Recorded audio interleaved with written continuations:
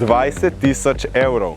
1434 mladih v občini Tolmin in milijon idej. Je mlada pobuda. Sliši se dobro, a ne? Ja, se tudi je. Občina Tolmin je letos 20 000 evrov iz proračuna namenila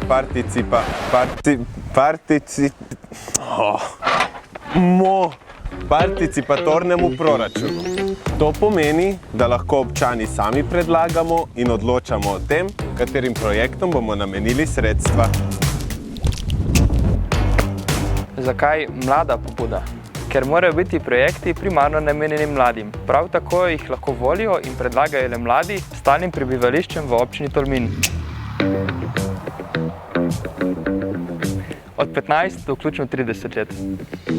Ma dejko dobro, jaz imam že ful idej, samo ne vem, kdo bi poskrbel za izvedbo vseh teh projektov. Ma v bistvu mladi projekte samo predlagate, pa potem tudi za njih glasujete, za izvedbo pa bo poskrbela občina Tolmin.